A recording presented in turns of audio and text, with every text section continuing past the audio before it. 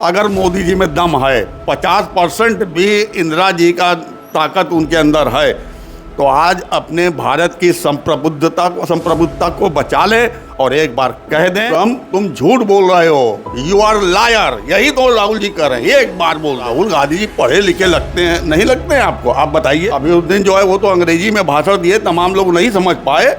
के लोग तो समझे होंगे ना। अरे भाजपा के लोग कुछ नहीं समझोगे। भाजपा के लोग एक ही भाषा जानते हैं, हिंदू और मुसलमान, हिंदुस्तान और पाकिस्तान, इसके बाद कुछ नहीं जानते। भाई मोदी जी का बयान आया नहीं, उसके 2 घंटे बाद फिर ट्रम्प साहब कह रहे हैं कि हमने रुकवाया। ना ट्रम्प का नाम लेना चाहते हैं, ना चीन का नाम लेना चाहते हैं, ना पाकिस्तान का। तो ट्रम्प कह रहा है तो भैया उसका खंडन करने में क्या जा रहा है? कहीं ना कहीं इनका कोई कमजोर नस उसके पास है, जो गले मिलते थे या गले पड़ते थे पता नहीं, जो गले इनकी पॉलिसी थी गले पड़ने की, उसी में उसने कुछ इनको बजा रखा है। उसने तो यहाँ तक कह दिया कि हमने $19 मिलियन दिया था इंडिया को।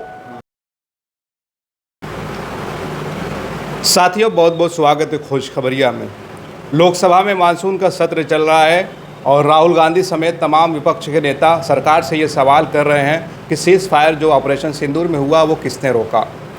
राहुल गांधी का इस बार का जो भाषण सोशल मीडिया पर वायरल है, लोग ये कहने पर मजबूर हो गए हैं कि आज एक मजबूत विपक्ष है। कुछ लोग तो ये भी कमेंट कर रहे हैं कि राहुल गांधी को मैं कुछ और समझता था, लेकिन अब लगता है कि राहुल गांधी ही असली लीडर हैं। तो इस पर बातचीत करने के लिए बनारस में मौजूद हैं और हमारे साथ कांग्रेस पार्टी के वरिष्ठ नेता राकेश चंद्र शर्मा जी हैं। उनसे जानेंगे कि राहुल गांधी की जो स्पीच है और जो सवाल हो रहा है लगातार जब देख रहे हैं, कांग्रेस के लोगों का कहना है कि जो है सरकार जवाब नहीं दे पा रही। बहुत बहुत स्वागत है आपका। बहुत बहुत धन्यवाद। ये जो आजकल राहुल गांधी का जो बयान आ रहा है, एक नए तरह की ऊर्जा उनके अंदर देखने को मिल रही है और सरकार से जो सवाल कर रहे हैं, सरकार तो कह रही है कि हम जवाब दे रहे हैं, लेकिन आप लोग मानने को तैयार ही नहीं है। देखिए, सीधी सी बात है, जब सत्ता पक्ष कमज़ोर है तो विपक्ष के जो नेता हमारे राहुल गांधी जी, उनमें उत्साह तो रहेगा ही, क्योंकि मूल प्रश्न से आप भागते रहें और दुनिया वजह। आप तो जैसे लगता है कि पार्लियामेंट के अंदर बैठ करके जवाब देने थोड़ी ना आ पाए। आप तो केवल चुनावी भाषण देना चाहते हैं कि हमने ये किया, हमने वो किया। अरे किसने मना किया कि आपने कुछ नहीं किया? और जिस समय ये घटना घटी थी पहलगांव की, तो आपने ये भी कहा, क्या कहते हैं, राजनाथ सिंह ने, कि विपक्ष ने साथ नहीं दिया। मोदी जी ने कहा, अमित शाह ने, विपक्ष। अरे विपक्ष भैया, विपक्ष ने, कांग्रेस ने नहीं साथ दिया। अरे भैया, राहुल गांधी जी कांग्रेस विपक्ष के नेता हैं और उन्हीं के नेतृत्व में विपक्ष ने आपका जो है तन मन धन सब हर तरीके से आपके साथ खड़ी रही। और जब तक खड़ी रही, जब तक कि आपकी जो मंशा को उन लोगों ने जान नहीं लिया।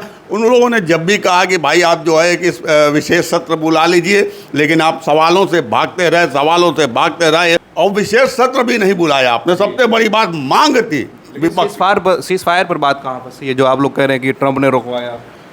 अरे भाई देखिए, ट्रंप ने, अब भाई मोदी जी का बयान आया नहीं, उसके 2 घंटे बाद फिर ट्रंप साहब कह रहे हैं कि हमने रुकवाया।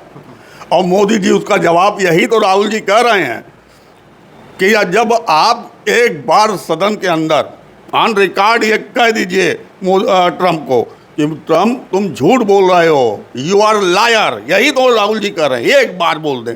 लेकिन वो ना ट्रंप का नाम लेना चाहते हैं, ना चीन का नाम लेना चाहते हैं, ना पाकिस्तान का। आप ये कह रहे हैं कि सारे देश ने जो है हमारा साथ दिया, आतंकवाद का निंदा की। अरे आतंकवाद की निंदा तो हर कोई करेगा, चाहे कोई भी हो। आतंकवाद ये का निंदा इसलिए वो मानवता के खिलाफ आतंकवाद होता है, मानवता का हर कोई पक्षधर है। मगर किसी ने ये नहीं कहा कि पाकिस्तान द्वारा प्रायोजित आतंकवाद या पाकिस्तान या किसी को उस पर कोई उंगली उठा करके किसी भी देश ने नहीं बोला, और ना ही कोई देश आपके साथ खड़ा हुआ। राहुल जी की यही तो मांग है, आप कहे तो दो, लेकिन आप भाग रहे हैं उससे। ये क्यों कह रहे हैं कि जो अगर इंदिरा गांधी जैसी 50% हिम्मत भी हो तो कह दें? अरे भाई, इंदिरा गांधी जी ने एक बार निक्सन जितने थे 7वां बेड़ा उतारने की बात की, तो उन्होंने कहा 7वां नहीं तुम 8वां भी उतार दो, हम तो बांग्लादेश बनाएंगे, बांग्लादेश आज़ाद होकर रहेगा। ये था दृढ़ इच्छा शक्ति और संकल्प। आपके पास क्या है? आपके पास अगर 50% भी है तो केवल इतना ही बोल दो कि ट्रंप झूठ बोल रहे हैं सदन के अंदर। उतनी भी हिम्मत नहीं है। अब आप देखिए ना, उसने 25% टैरिफ जो लगाया है, उसने घोषणा कर दिया कल। अब देखिए क्या क्या होने जा रहा है। कि सहयोगी दल के एक नेता हैं अनुप्रिया पटेल, जो उनके सहयोगी दल में अपना दल एस से हैं, उन्होंने कहा कि जो है प्रधानमंत्री आपके देश का जो है बड़ा नेता कह रहा है कि ऐसा नहीं हुआ, लेकिन आप जो है अमेरिका के नेता की मान रहे हैं, अपने आगे नेता की मानी है। भैया देखिए, जब अंतर्राष्ट्रीय स्तर पर बात हो रही होती है, जब सीमा विवाद कोई क्या कहते भारत पाकिस्तान का है, लेकिन उसके अंदर अंतर्राष्ट्रीय स्तर पर जो है लोगों की निगाह रहती है। आज इजराइल में और क्या कहते हैं अगर ईरान में झगड़ा चल रहा है तो वर्ल्ड की जितनी भी कंट्री हैं सबकी उस पर निगाह रहेगी, क्योंकि सबकी राजनीति एक दूसरे से आधारित है। तो ट्रंप कह रहा है तो भैया उसका खंडन करने में क्या जा रहा है। हम ट्रंप का समर्थन थोड़ी ना कर रहे हैं। रोक रही है इनको, खंडन नहीं कर पा रहे हैं। कहीं ना कहीं इनका कोई कमज़ोर नस उसके पास है, जो गले मिलते थे या गले पड़ते थे पता नहीं, जो गले इनकी पॉलिसी थी गले पड़ने की, उसी में उसने कुछ इनको बजा रखा है। उसने तो यहाँ तक कह दिया कि हमने $19 मिलियन दिया था इंडिया को, है तो अभी इन्होंने कहा बांग्लादेश को दिया है, फिर कहा नहीं राहुल गांधी को दिया है, तो फिर उसने कहा कि हमने मोदी को दिया है। ट्रंप का आज भी एक बयान आया कि पाकिस्तान के साथ उनकी एक बड़ी डील हुई है तेल के मामले पर, और हो सकता है कि एक दिन ऐसा भी आएगा कि भारत जो है पाकिस्तान से तेल खरीदेगा। एक दिन ऐसा नहीं आएगा, वह दिन आ गया है। जो टैरिफ लगी हुई है और जो उनका जो अमेरिका का उनसे डील हुआ है, आप ये देखिए ना कि जब आप ध्यान दीजिएगा, इन्होंने जब दो देश के DGMO स्तर पर वार्ता हो जाने के बाद जो है सीज फायर हुआ, लेकिन बाद में फिर क्या पता चला पाकिस्तान के ड्रोन आने लग गए। हैं आपका थर-थर कांपा और ये हो गया वो गिड़गिड़ा रहा है, लेकिन उसका तो ड्रोन आ गया।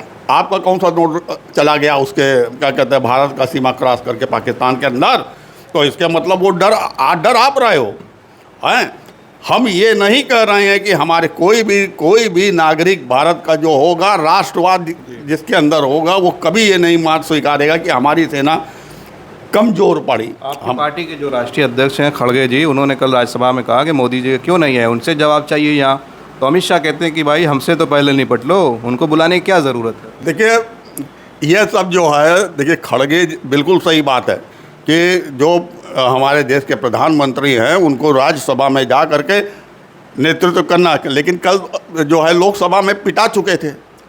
अब पिटा चुके थे तो फटे हाल आदमी क्या जाएगा वहाँ पर अपनी इज्जत बचाने के लिए। ऐसे लोग क्या बोल रहे हैं, इस पर हम लोग जो है राहुल गांधी जी जो है जैसे कपड़े पे धूल पड़ जाए और झाड़ के निकल जाया जाता है, वही उनके लिए उनका जो ख़ानदानी लोग हैं उन पूरे वर्ल्ड की राजनीति में वो अपना एक पहचान बना के रखे थे, और तब जाकर आज भारत गौरवशाली बना था।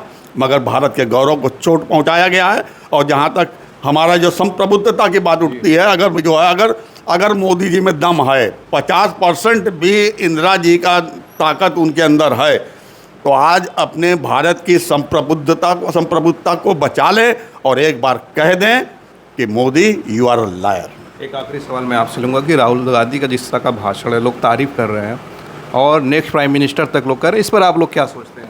भैया राहुल गांधी जी लगातार आपको चेतावनी, राहुल गांधी जी पढ़े लिखे लगते हैं, नहीं लगते हैं आपको? आप बताइए, आप उनके जो बोलने का तरीका, उनके शब्दों की मर्यादा अगर आप देखेंगे, उन्होंने जो बात कही अभी तक सब सही निकल रही है। अभी उस दिन जो है वो तो अंग्रेजी में भाषण दिए, तमाम लोग नहीं समझ पाए।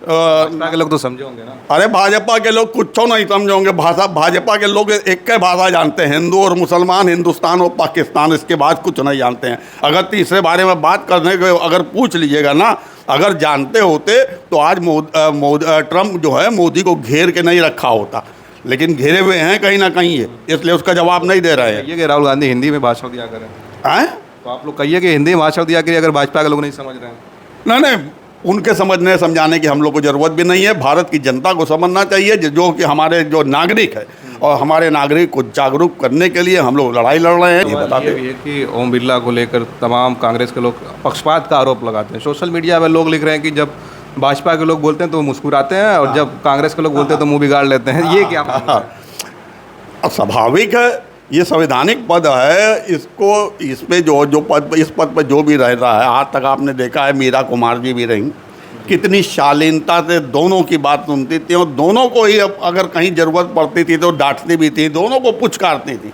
ये काम होता है। लेकिन ओम बिरला तो एक पक्षी बात करते हैं। हम तो लगातार जब से सदन देख रहा हूँ, जब से ये सरकार आई है, जब से ओम बिरला और धनखड़ साहब रहे, धनखड़ साहब भले ही निकाल दिए गए, क्या हुआ क्या नहीं हुआ उनके साथ, लेकिन उनका भी आपने अगर रुख देखा होगा, उनकी भी एक्टिविटीज़ देखी होगी, तो वो भी एक पक्षी बात करते थे। और कभी भी जो है क्या कहते हैं, अगर कोई भी लोग तो नहीं कहीं म्यूट कर देना माइक को, कहीं कुछ कर देना, ये सब एक्टिविटीज़ जो है बताते हैं कि आप जो है वहाँ उस पद की गरिमा को जो है संवैधानिक पद पे नहीं, किसी पार्टी विशेष के लिए वहाँ पे बैठे हुए हैं। चलिए, बहुत बहुत शुक्रिया हमसे बातचीत करने के लिए। हम बात करते राकेश चंद्र शर्मा जी से।